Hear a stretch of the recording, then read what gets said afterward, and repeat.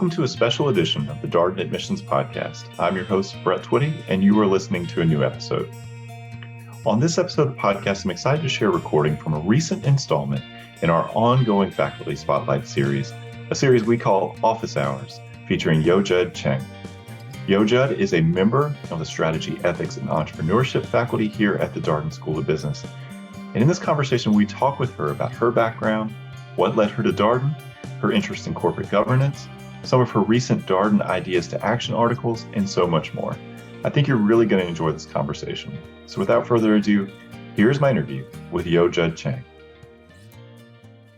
Yo-Jud, I will tell you, it was a lot of fun coming up with the questions and talking with you earlier this week, because this felt like a very kind of like ripped from the headlines session. We're going to talk about a lot of companies that have been in the news a lot over the past couple of years. So thank you for joining. Of course. Yeah, happy to be here.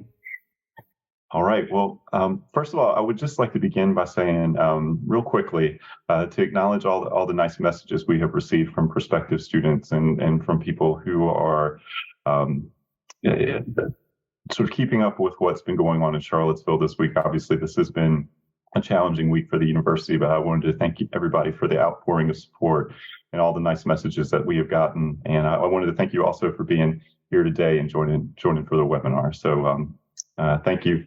Thank you all. And so, Yo-Jud, as we get started here, I always find it nice just to hear a little bit more about your story and ultimately your background. So share a little bit more with our attendees today about your story.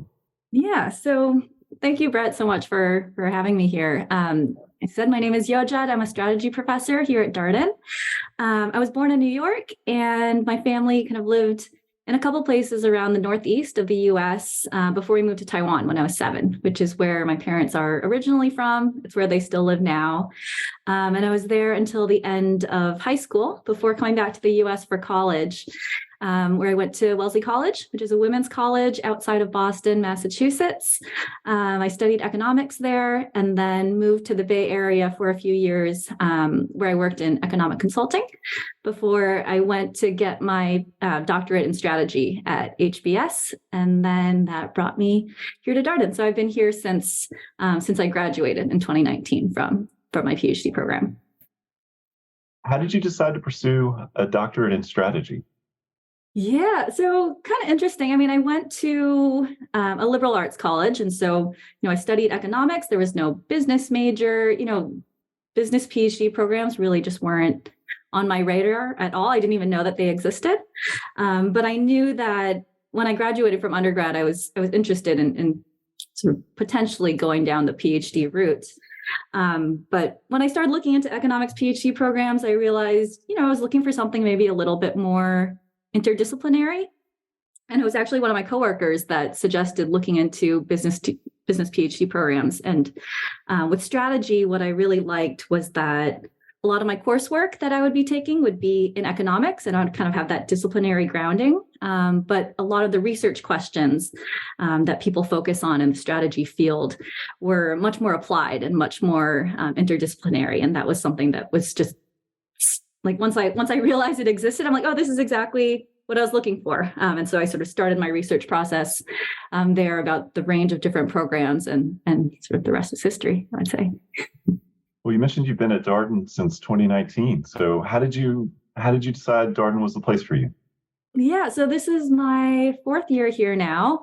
And I would say, so in your last year of a business PhD program, if you're interested in going into academia, you kind of go on the market. And so essentially you get the chance to sort of fly out, interview at a variety of different schools. And what really stood out to me about Darden was just how well-rounded they like our faculty to be. And so there's sort of 3 big things. It's, being, an excellent teacher in the classroom, a rigorous researcher, and then also influencing managerial practice. And schools have different philosophies around that. Some schools specialize more on the research side. Some schools specialize more on the teaching side.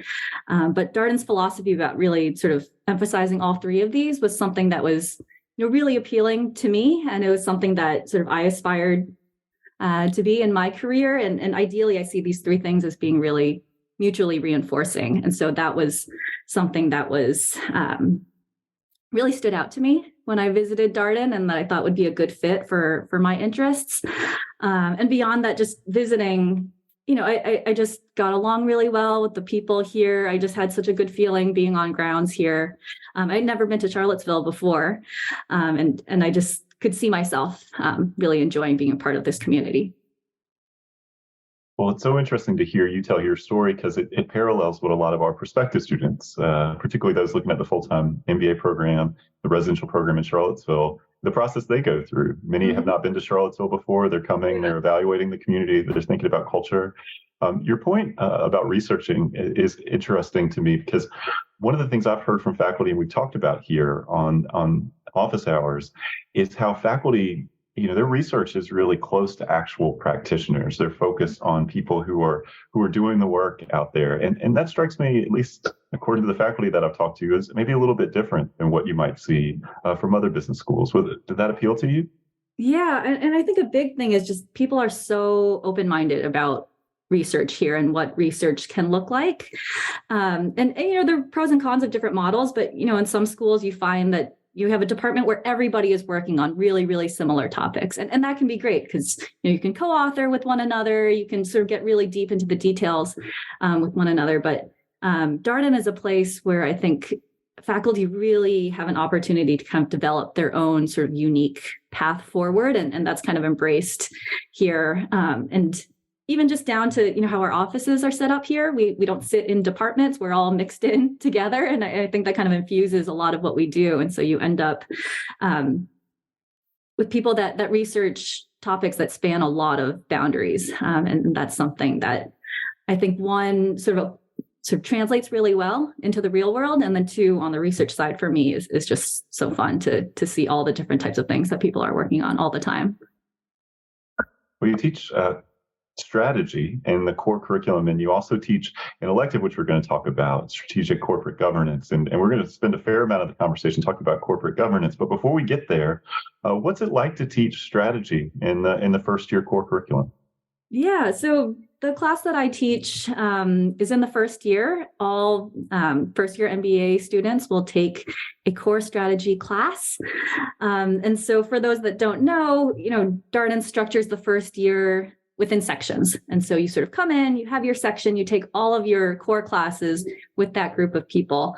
And so before even getting into the content of the class, it's really fun just to be a part of that core experience because you have sections, they develop their own norms, their own cultures, and they really develop a kind of cool sense of camaraderie amongst one another, and they get to know each other really, really well. And so as a faculty member, one, it's really fun just to be kind of a part of that component of the Darden experience. And two, just, getting to work with a group of students that are, so familiar with one another, that really support one another, both inside and outside the classroom, I think just infuses something really special into the classroom environment that just makes it, so fun and rewarding to get to be, the faculty member to work with students in that type of environment. In terms of the class itself, what I love about strategy is that we get to wrestle with these really, really big picture questions. And oftentimes they're questions that have really no clear answer.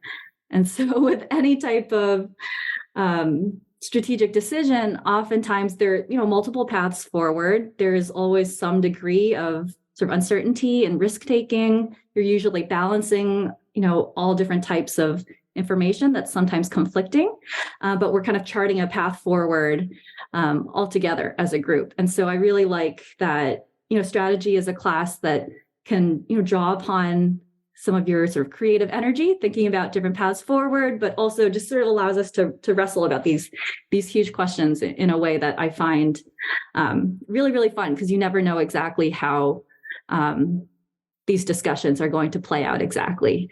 And we have a great set of cases too that allow us to do that all together.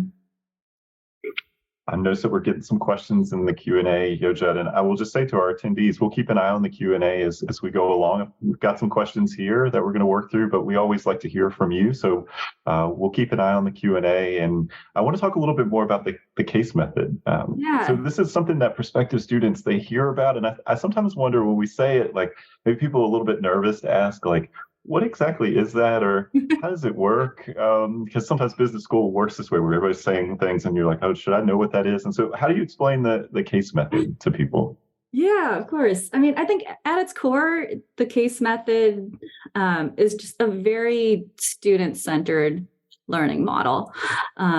And so it really relies on buy-in from everyone to sort of do the preparation before class, to be engaged in class, and to contribute. And that comes from all sides, both from the student side and the faculty side. But in terms of the actual kind of nuts and bolts of how it works here at Darden, for most classes, there's going to be a case study that you have in advance that's anywhere from 7 to sometimes 25 pages. We always get some complaints about some of those long ones, that really lays out a major decision or dilemma that a specific person or a team is working through, and it kind of puts you in the shoes of that person. It gives you some background information. It gives you some data, oftentimes in the form of exhibits, and then there's sort of a question posed through this case study that over the course of a class session, we're going to work through together. So what I really like about it is that it relies on so many different levels of collaboration. So there's the part that you do on your own, where you're reading the case, you're thinking about these issues independently. And then at Darden, in the first year, everyone has a learning team. And so this is like an intermediate step where you're meeting with 4 to 5 other people, preparing for class, helping each other work through, some of the questions you might have. And then we come all together as a section, and that's, 65 to 70 people, to really work through the issues of the case all together as a big group. So it sort of scales as you come together. And it's a really experiential type of learning model. And I think sort of being forced to sort of put yourselves in the shoes of the protagonist for the case really sort of helps you build sort of a level of engagement that's tough to reach when it's someone just lecturing to you, or if it's you just reading a book on your own. This is something that really sort of people get invested in these discussions. And I think one, it's a really exciting way to work through a specific problem, but 2, it just sort of opens your mind up to where else you might see these types of themes or theories or issues come up, and you'll remember that experience in the classroom, and you sort of have the background to be able to extrapolate out to think about how you would address these types of issues in a whole other context that you might face in the future. So that's pretty. I don't know that exactly will help clarify some of the questions there, but those are a few things that I like about the case method, and how I see it unfolding here at Darden. Well, it's interesting to hear about how faculty prepare for those conversations, because I imagine some of these cases you've taught more than once, and you see the cases change, I assume, from year to year. The faculty make choices. How do you determine what cases you're teaching, and then how do you get ready for those case discussions? Yeah, so with the first year curriculum, we're really structured. So as I said, we have 5 different sections of students in that first year, and every single day, each section is going through the same cases, even though they're in different classrooms, oftentimes with different faculty members. And so for strategy, we have a course head. And so that's the person that's setting the syllabus across all 5 sections. So we know every single day, everybody in that first year in Darden is going to be discussing the same case and strategy. And by the time we reach the end of the year, everyone's leaving with the same sort of core set of experiences and the core sort of background knowledge as you go into the second year. With my elective, I have a little bit more freedom to sort of, choose how I want to set the syllabus. And so that's a class. We'll talk about that later, I imagine. But that's an area where I personally get to kind of pick and choose what we want to do. But in terms of preparation, I think we kind of mirror what students do. And so we have a teaching team with strategy. There's 5 of us that teach the 5 sections of strategy. And so every week we get together And we discuss the next two cases that we'll be teaching that week. And we go in depth. I mean, it starts from the learning objectives to the specific discussion pastures that we want to hit on.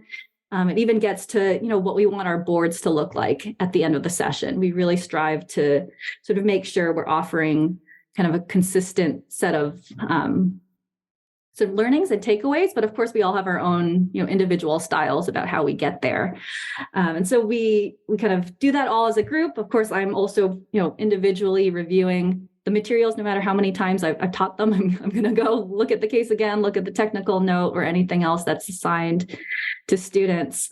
And then I like to think about my section itself. So are there students there that have particularly relevant expertise that I want to make sure to draw upon? Are there, students that have been a little bit more quiet lately that I want to make sure we have a chance to hear from? Thinking about how I can tailor things for my individual set of students.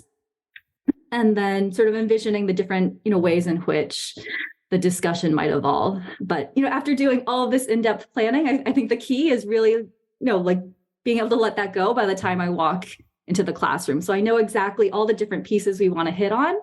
But because it's a case discussion, sort of by the time I walk in, I want to be flexible enough to kind of let those pieces fall in whatever order they're going to come in, and sort of making sure we can piece them together, but being, prepared to the extent that I can kind of let go of the plan and let things just kind of flow organically, see how things develop once we're all in there together. And what's fun about the case method is that it's inherently unpredictable, and so we're there to facilitate and kind of bring people sort of down a path together. But there's always something new that I'll hear or learn anytime I teach a case, even if I've taught it a whole bunch of times before.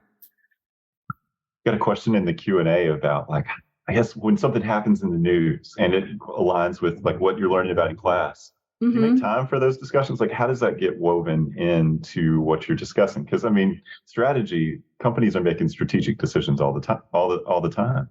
Yeah, I think that's one of the really fun things too about strategy. Also with our teaching team, we're constantly emailing each other throughout the year, even when we aren't teaching. It's oh man, did you see this news about Nintendo, which is one of the cases we teach, and it sort of perfectly aligns with something we discuss in class. So we're always amongst the faculty and oftentimes from our students as well, keeping up to date with what's going on. With respect to the actual case discussion, I really like to strive to kind of keep us in the moment of the case, and sometimes that's sort of bringing us a little bit into the past, and maybe they're thinking about a decision where people actually know what ended up happening. But with strategy, we don't, that's not necessarily the answer, right? There are probably other paths they could have taken, maybe something that could have worked even better. We just don't know. And part of the fun of the discussion is sort of imagining you're there at a certain point in time, and sort of debating what's going on in that moment. But oftentimes at the tail end of class, we'll have a little debrief about, what's going on with the company now. We also kind of have a tradition of sending out follow-ups after class. And oftentimes that's a chance to sort of pull in recent headlines, and oftentimes students will send those along too. So we definitely strive to bring in what's going on right now, but for the purposes of the sort of case discussion itself, oftentimes we try to really focus in on kind of the particular moment in which we're sort of making a decision, or we're sort of charting a path forward. Do you have a favorite case that you like to teach, or you just think it's so much fun to do with students? It always changes. Sometimes a discussion will just go particularly well, and I walk out of class and oh, that's my new favorite case. So it always changes. I'll say right now, there's one that I'll mention now. It's one of the first cases we discuss in strategy, and it's about Red Hook, which is a microbrewery. And essentially, we kind of start out the discussion talking about big kind of environmental trends. We're talking about economic trends, demographic trends, sociocultural trends, and how all of these things are sort of indicating that we're going to see massive growth in the microbrewing industry and how this is, a great place to start a new company. People get excited and they're like, oh yeah, this is like, all signs point towards this being, a great path forward for Red Hook, which is a brewery that was founded by a Darden alum. But then we sort of flip things, and then we start sort of using a different framework to look at the fundamentals of the industry. And what we find there is that there are a lot of sort of industry level structural factors that put a lot of downward pressure on profit potential. And so even though we're seeing growth in microbreweries on the whole, for any individual company, it's actually really, really challenging to sort of achieve profitability, just given these major industry trends. And so what ends up happening is that this is a case where a lot of people end up changing their mind. They kind of walk in, they're like, oh, this is a great industry to be in. But by the time they walk out, they're like, oh, wait, no, actually, this, maybe it's better to be Miller. Maybe it's better to be Anheuser-Busch. And I think this is a case where, one, it's fun to see people sort of change their perspective in the course of our discussion. But two, I think it really highlights one of the challenges of strategic analysis is that you're going to be weighing different types of information that's oftentimes conflicting, and it's up to you to try to figure out, what information to use, how do you integrate it, how do you use that to inform your decisions in the face of a lot of uncertainty. And so I think that case really nicely highlights some of the kind of underlying themes that come through the rest of the strategy course. So for now, I'll say that one's a favorite, but it always changes. Well, I mentioned we were going to be talking about corporate governance, which is one of your areas of expertise, and we're going to be talking about your elective as well. But before we kind of get into all the conversation about corporate governance, I thought it'd be nice just to start with, well, what is corporate governance? How do you explain this to people who are not as familiar with the topic? Yeah. So in addition to the strategy course, I teach a class on corporate governance.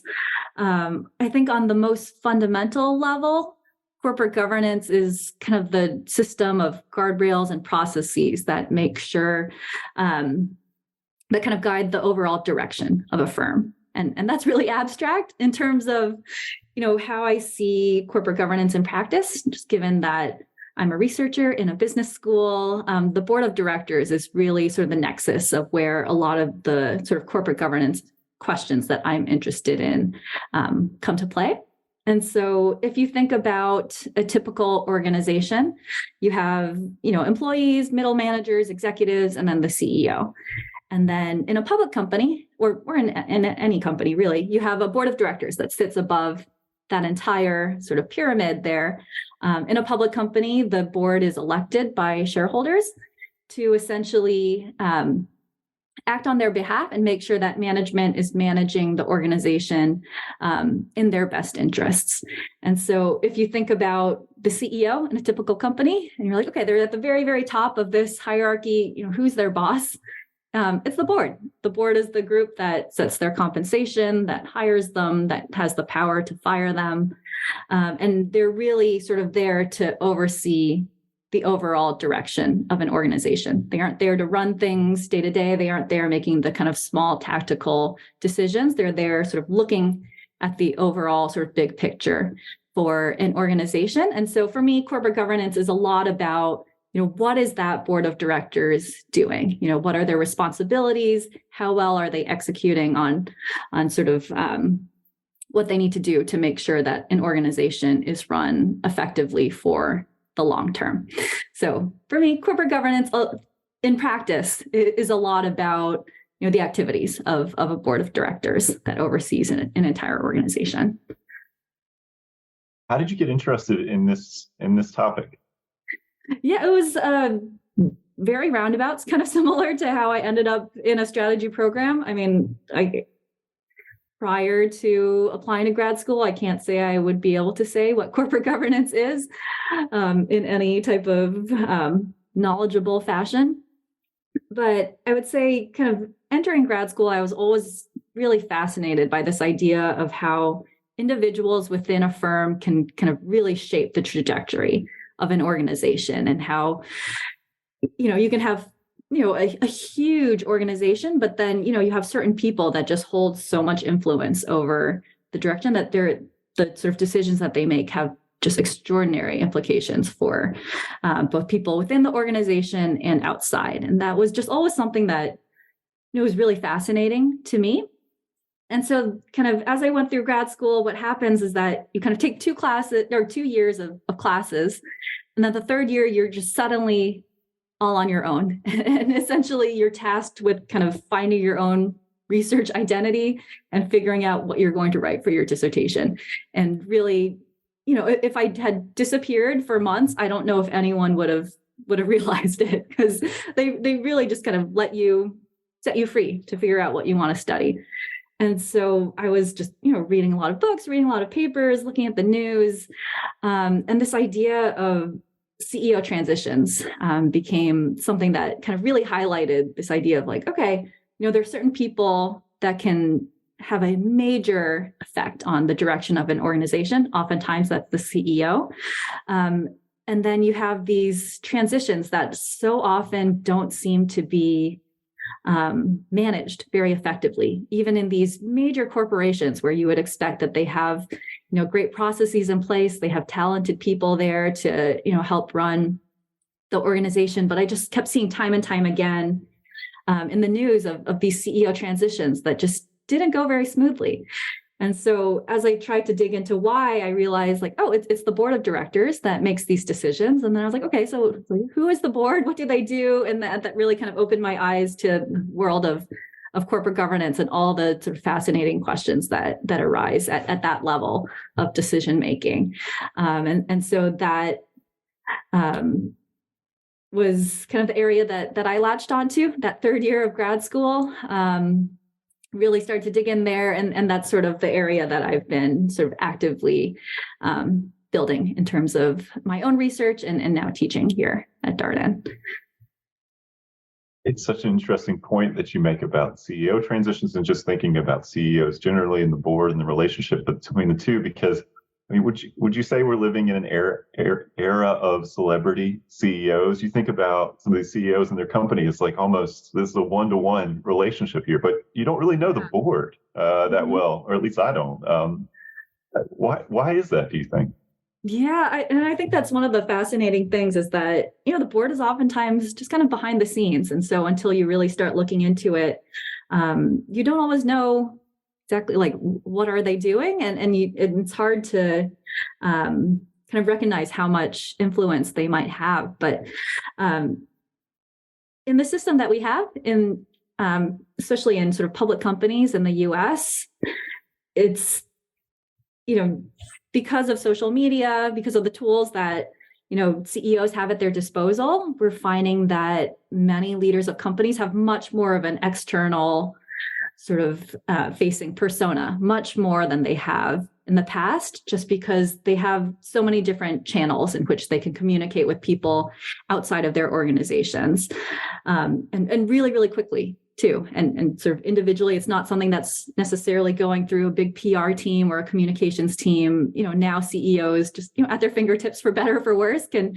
directly communicate with anybody outside the organization. And at the same time, I think stakeholders are also expecting to hear more from our leaders, expecting to see leaders weigh in on social and political issues that, maybe are outside of the sort of direct scope of their organizations. And so I think these two things together are really creating a situation where we see so many companies that are really, their identities are so tightly interlinked with their CEOs. But for me, I think it's always important to remember, like, okay, there's also this board behind the scenes and what's going on there that's sort of enabling or constraining what the CEO is doing. One of the things that struck me as we were having our planning call and we were talking about some of the things that you've written about, which we're going to talk about here, is that some of these headline stories about WeWork, Spotify, we're going to talk about Twitter here, like you can look at them in a lot of different ways, but invariably there's a corporate governance angle to it. And I was wondering, when you are doing your research, are you more oftentimes looking at examples of bad corporate governance, or really like this is a company doing this exceptionally well? Where do you think there's more opportunity for you in your research? Yeah. So one of the interesting dynamics that emerges is that, in the ordinary course of business, you don't hear that much publicly about what a board is doing. They're taking minutes during their meetings, but these minutes are not made public. You don't have press conferences after board meetings where people are coming out and discussing the specific decisions that were made, because oftentimes these are internal discussions that where really sensitive business issues are discussed. And so typically you just don't hear very much about what the board is doing, what are they discussing. And in general, if they're doing a good job as serving as the kind of checks and balances, then usually, it's almost a good thing to be like, okay, like things are under control. We don't need to know exactly what's going on day to day at the board level. And it's really when these sort of dramatic governance breakdowns occur, and those are the situations where you really start to get an inside look at what's been going on. Sometimes that's because of legal litigation. Sometimes that's because of a company's decision that they need to sort of communicate more transparently to sort of build trust with external stakeholders and investors. And so oftentimes when you look at the news, when you read books about governance, a lot of the research studies you see are built upon these major breakdowns of situations where you see bad governance. And there's plenty you can learn from those situations. And a lot of these types of events really help us think about how governance can be improved moving forward. But in my research, I have been trying to, make sure we can kind of see the other side of the picture. And so I use a lot of different types of research methods with the work that I do. And so, conducting interviews, using surveys, things like that are all sort of tools that I've been sort of employing to try to see, what's happening in the normal day-to-day course of a board meeting. What are like the signs of what's going on when things are going well, and trying to make sure we're seeing both sides of the kind of good and bad governance events. Well, let's talk about your strategic corporate governance elective. So tell us more about this class. Yeah, so this is an elective that I teach for second-year students. So after students go through 3 quarters of the core curriculum at Darden, they then have their 4th quarter as a first year, and then 4 quarters as a second year to kind of pick and choose exactly what they want to take. And so this is a class that I offer in the second year. And it's all about boards of directors. And essentially, the first part of the course is about the different responsibilities of boards. And so it's things like how do you determine what capabilities you need? How do you build the right culture and dynamics within your board? How do you approach setting CEO compensation? How do you hire and fire a CEO? That's the first part of the course. And then the second part of the course is sort of integrating across all of that to discuss, major strategic issues that boards are involved in. And so that could be, bringing a company public. That could be, navigating a merger or acquisition situation. It could be engaging with an activist investor. It's sort of thinking about these sort of major strategies or big picture questions that boards are involved in, and the kind of different dynamics at play. And that's what we discuss in the second part of the course. So that's kind of how I've designed it. Why do you think this class is important for MBA students?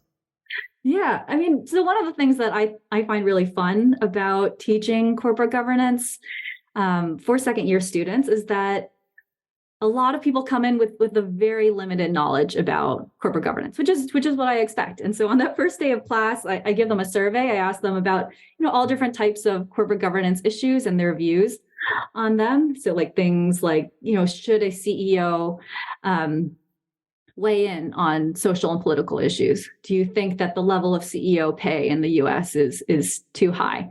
A lot of these debates around corporate governance. But I also have a question in there that asks, how much do you know about corporate governance?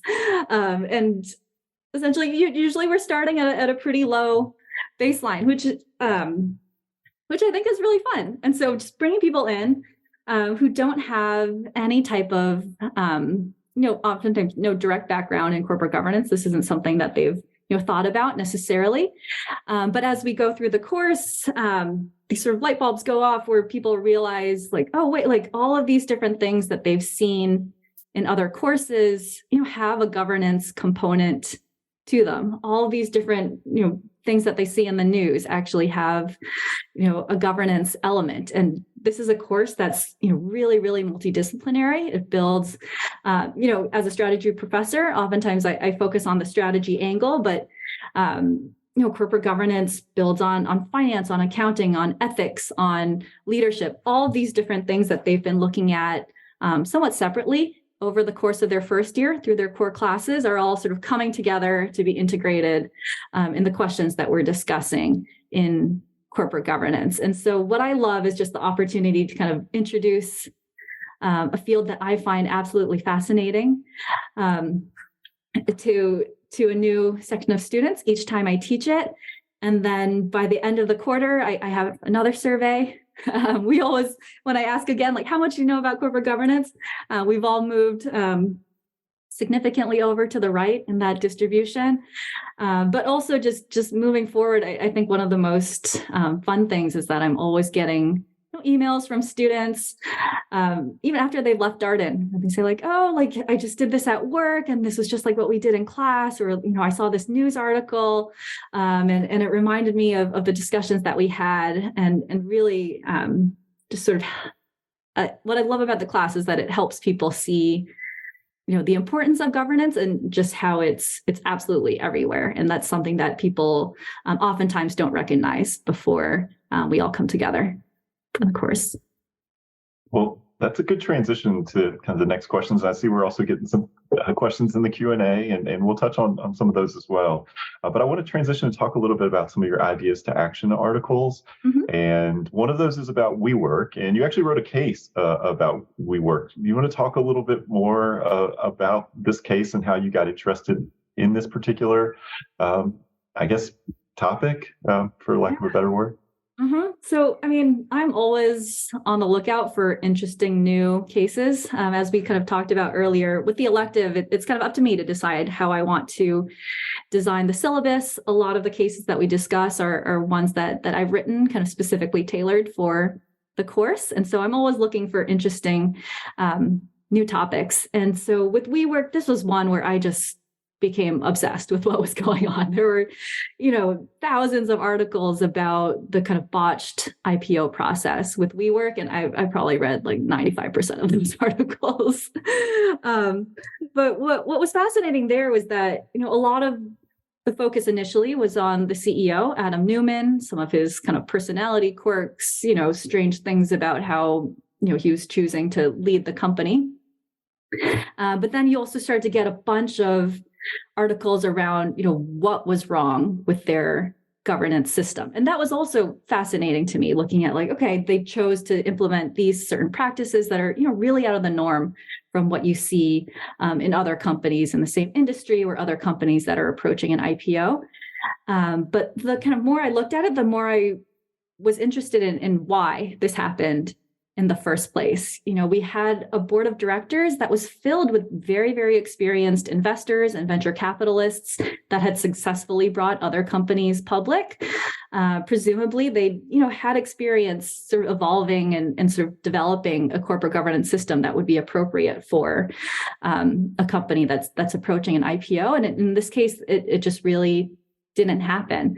And so what I wanted to focus on in the case study was not just what went wrong, but why this happened, and really getting into the incentives of the people in the boardroom, the culture that was at play, the kind of power balance and imbalance between Adam Neumann, the CEO, and the other board directors, and really kind of have a chance to discuss within the class, how do these incentives change as a company approaches an IPO? What are the things that a board can do proactively to try to avoid a situation like this, and really digging into the why of what happened here, and ideally sort of getting to a place more broadly to get people to think about, what can be done to avoid a situation like this in the future. Yeah, it's one of those, I think it's a company we've heard a lot about. They were in the news a lot. I'm amazed that you read that, maybe 95% of those articles. Not, but I feel it. there was a lot to read, and another company that you wrote an article about. You and Jared Harris, a member of the strategy, another member of the strategy faculty, have a conversation about Spotify, and I'll say, Spotify user here, and I had not thought about the Joe Rogan scandal and all of that as a corporate governance issue. I thought about it as just like, well, Spotify has gotten themselves in a difficult situation when they've given $100 million to this podcast person's controversial. And yet, when I read that conversation on Ideas to Action, you and Jared make clear that like this is a strategy decision, and strategy comes, out of this corporate governance world. I found that so fascinating. You want to tell us a little bit more about how you got interested in that particular company and that issue? Yeah, so I think it really kind of highlights the role of an effective board and what they can do. And so when you think about, a CEO, their, chief strategy officer, the teams internally, oftentimes they're making, decisions around the overall direction for an organization where they want to invest. And then sort of from there, they're making all of these sort of individual decisions to try to execute on that strategy and to try to bring themselves forward. And oftentimes, you have different teams making different decisions, maybe somewhat separately, and you end up sort of everyone's sort of driving towards the same goal, but you're sort of making these individual decisions in a somewhat disparate fashion, and they just kind of keep rolling if you're sort of in the company day to day making these operational decisions. But what's unique about the board is that they're there to sort of look out for the organization on the whole. And so really it's sort of incumbent on them to kind of back up and be like, okay, if these are the decisions that we're making about the strategic direction for the firm, and these are kind of the tactical decisions that are getting us there, what are the bigger picture risks and implications of these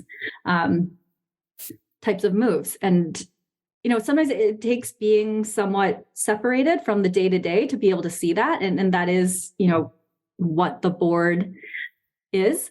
And so what that highlighted, what the Spotify situation highlighted to me is that, when you have a board that has the right, processes in place to sort of get the information they need to see what's going on within an organization, but also have the right sort of culture in place to be able to be a little bit skeptical, to be able to ask the right questions about, what are the implications of a direction for an organization. When you have that in place, that's a situation that can help an organization sort of get on the right track before ending up in kind of an unintended place where there's sort of blowback or some type of reputational risk that ends up kind of imploding down the line. An effective board would be able to kind of stop you before getting down to that point if they have the right practices in place.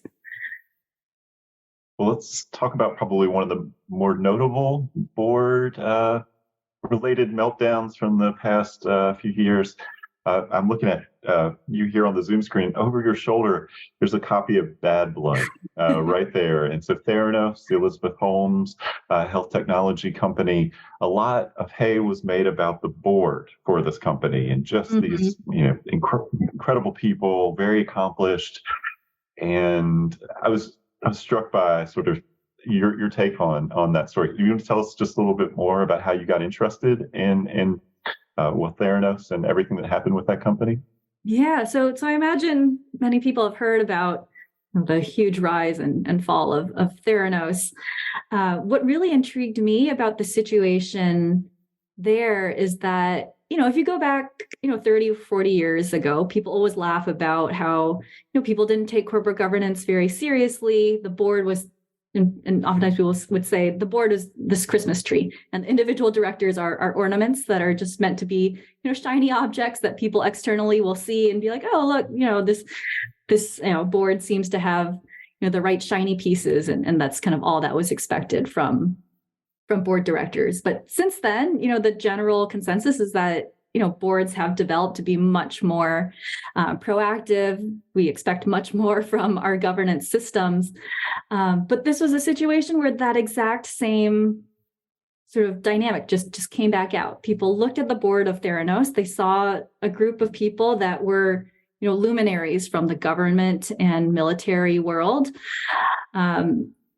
And somehow people saw that and they're like, oh, wow, look at how well this organization is governed. Like, look at the resumes of the people on this board. This must be, everything must be going great here, because people were just so kind of dazzled by the sort of credentials of who is sitting on this board. But then when you sort of go back and look, you're like, okay, this is, a biotech company that's relying on, chemical engineering technology, and not a single person on this board has relevant experience or expertise in those areas. And so I think what's fascinating about what happened there is that, when things were going well, when, investors were excited about the company, people saw this board and there were literal articles about, how well this organization was governed. And people were kind of blinded to the kind of realities of what was going on until afterward, when they went and looked and were like, okay, wait, this board doesn't actually make any sense at all in terms of the capabilities of the people in the room, in terms of how these board members were recruited. And so what I thought was interesting there was just, I thought this was an issue that we had kind of moved past already. I thought we had gotten to a point where we were, a little bit more sort of structured in terms of how we think about what a board should look like. And turns out the exact same thing just kind of happened again, where people were like, oh, wow, look at this beautiful corporate Christmas tree. Things must be fine, without really digging into the next layer of, are these the right people to be governing a company like this? Your point around board composition is interesting, because I have a couple questions related to it. So how does a board come together? Like, how do you decide who's going to be on your board? And there's been so many conversations about board composition, particularly from a representational aspect, diversification of boards, more women on boards, more minorities on boards. These have historically been, very white, very, very male environments. And so, but I've also heard you say, as in your remarks here, that culture matters a lot. So, like, how does a board come together? How does a company think about that? And how do they get that right culture in place? Yeah, definitely. So something that's interesting about boards that oftentimes people don't directly recognize is that, generally speaking, in the kind of ordinary course of business, boards get to nominate their own directors. So it's the board themselves that are deciding who's going to sit on the board. In a public company, shareholders get to vote on the board of directors, but generally they're voting to approve a set of people that were nominated by the board itself. And so that raises a whole host of questions around, are board members, thinking carefully enough about what types of capabilities are needed on the kind of most basic level, starting with.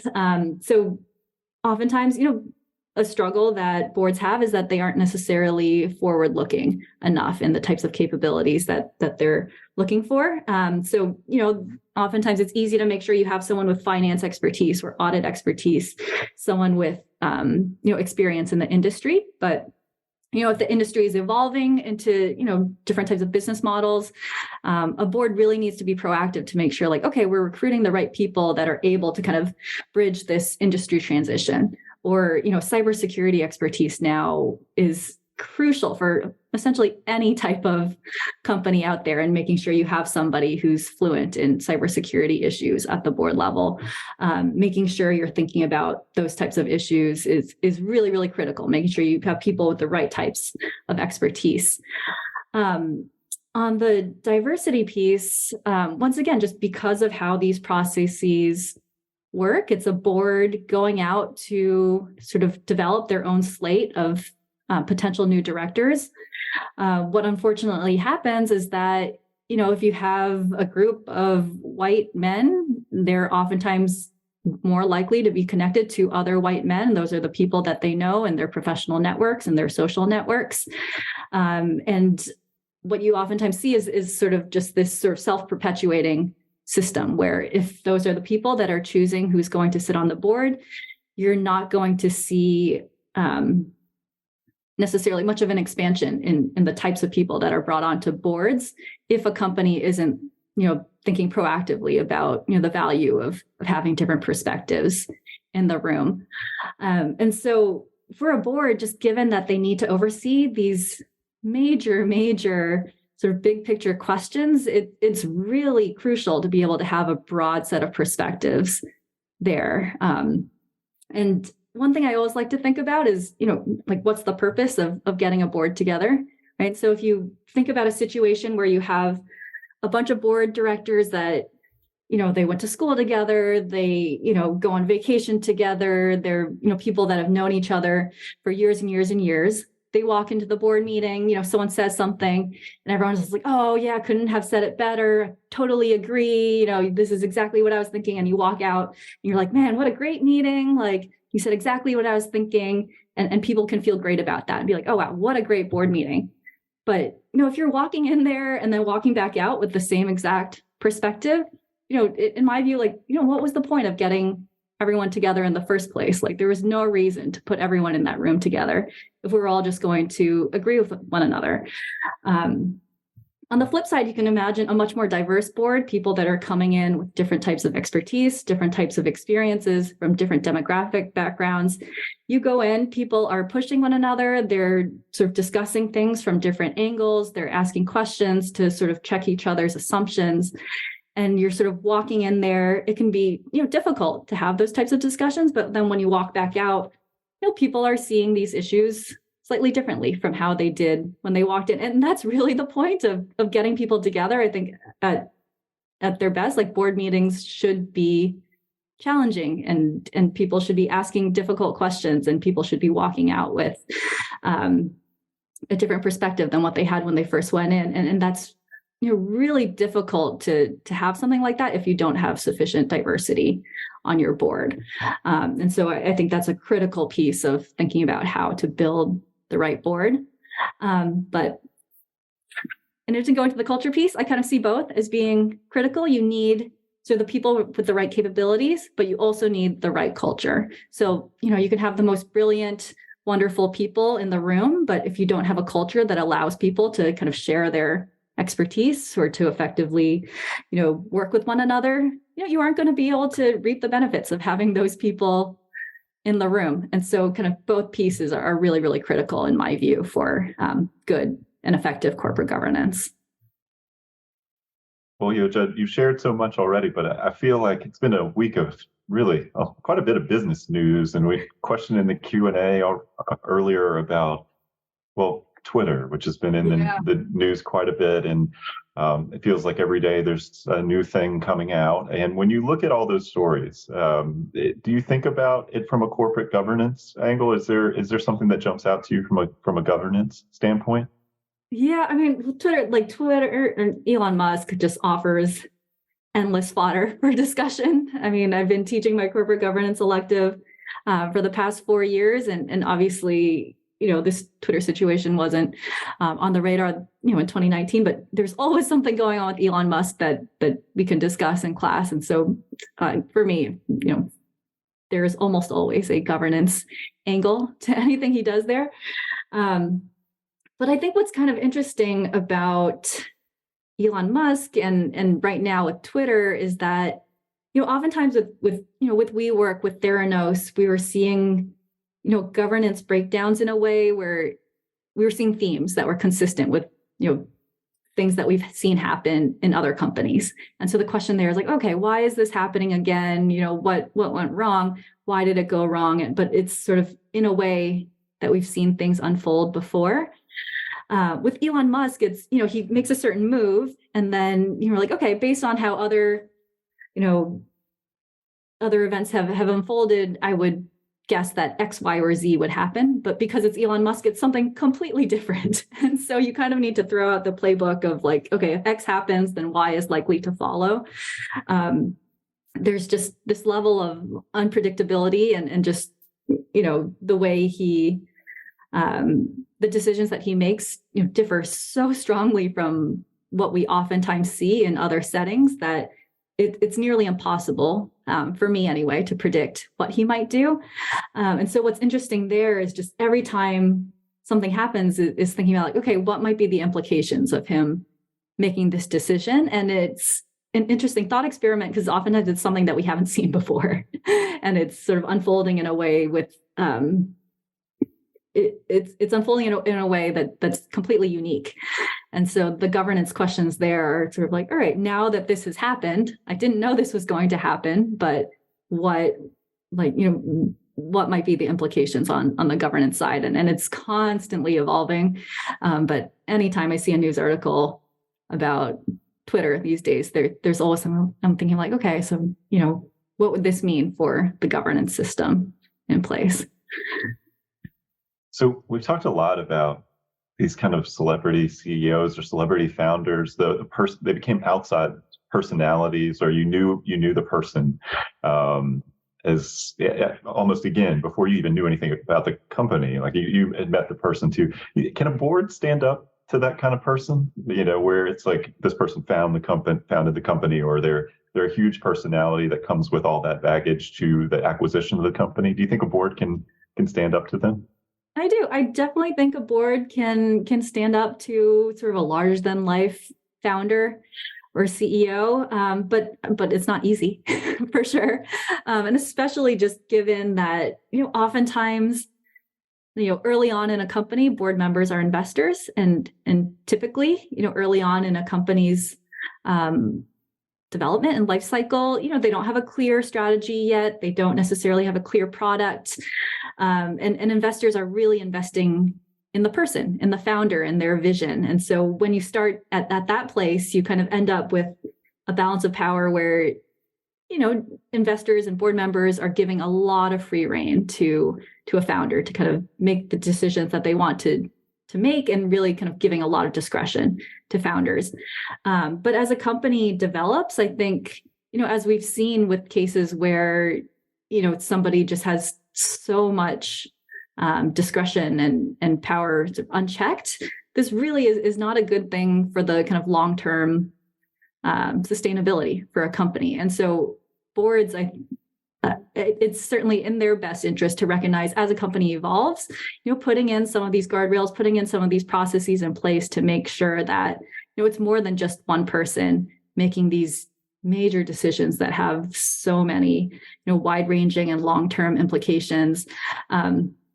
Making sure they have the right team in place, making sure the board has access to the right information to be able to both monitor and kind of collaborate with the management team is definitely in a company's best long-term interest. And for that reason, board members that recognize this should be able to kind of build the systems that are needed to create a better balance between the board and management and the decisions that are made there. Well, Yo-Jud, we covered a lot of ground today. Undoubtedly, I'm sure some of our attendees have gotten interested in this particular topic. Maybe like the students in your strategic corporate governance class, they showed up, maybe didn't know a ton about corporate governance. They know more now. Any books you would recommend? What are 2 or 3 books for people who are interested in further exploring this topic?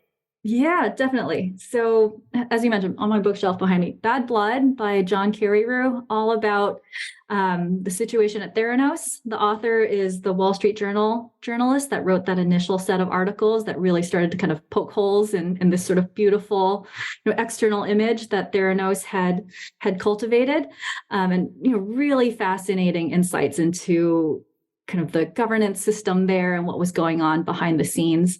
The one thing I'll say is don't start reading it on a weekday, because you're going to be up until 3 a.m. because you won't be able to put it down. And then, you're going to be really tired at work the next day. So Bad Blood by John Carreyrou. On the good governance side of things, I would love to recommend Ride of a Lifetime. It's the autobiography memoir by the former CEO of Disney, Bob Iger. And so he stepped down in 2020 after a really successful tenure as the head of Disney. And what I love about his memoir is that he really goes into his decision-making process around these big, major strategic calls that he had to make over the course of his career. And he also talks a lot about how he thought about, collaborating and working with his board, and how he convinced them to sort of buy into his vision, the times when they were really pushing back and sort of were skeptical about what he was doing, and how he thought about that relationship with his board and some of those internal discussions. that's a fantastic one that I really enjoy, and it has a happy ending. This is a positive governance story for that one. The third book I'll recommend, much more of an academic book. It's called Searching for a Corporate Savior. It's by Rakesh Khurana, who's a professor at Harvard, and it's based on his research all about what you would call the market for CEOs. And so it's about how CEOs are selected, particularly when a company is looking outside the firm. And it's all about, the different barriers in place and the different sort of incentives at play that really make it challenging for a board to sort of effectively vet somebody, and the types of biases that come into play when you're looking for a kind of corporate savior to come into your organization, particularly when you're undergoing kind of challenging circumstances. That was one that I read in grad school. I checked it out from the library thinking I was just going to, I'll read the introduction, I'll read the conclusion, but I got totally pulled in. It was a fantastic book that really gives you insight into what's going on at the board level when a CEO is selected. So those would be the three I would recommend. All right. Well, thank you, Yo-Jud, for joining us for this office hours conversation. It's great to have you here. And thank you to all our attendees and all the great questions. I mean, we're even getting book recommendations here in the Q&A. Somebody threw out The Smartest Guys in the Room, the Enron I just story. read that this summer. It's also by, there it is. Yeah. And I think there's even a Darden class where they read that book together. It's an interesting one. Documentary is also very interesting if anybody's curious about that story. So as always, we're going to share out the recording from this office hours conversation on our podcast, Experience Darden, and the ExecMBA podcast, and we'll also have it up on the Discover Darden blog. And we'd encourage you to join us on December 2nd. We'll be back with another office hours installment with Professor Pedro Matos, who I think may be calling in from Spain for that one. So you'll have to join us to see if that's true. But Yo-Jud, thank you so much for being here today. And to everybody, wherever you may be in the world, thank you for your time and for your interest. And that was my conversation with Yo-Jud Cheng, an assistant professor of business administration here at the Darden School of Business. As always, if you have any comments, suggestions, requests, anything you'd like for us to cover here on the podcast, we're all ears. We can be reached at Darden, that's DARDEN, @virginia.edu. Till next time, stay safe, be well, and thanks for listening.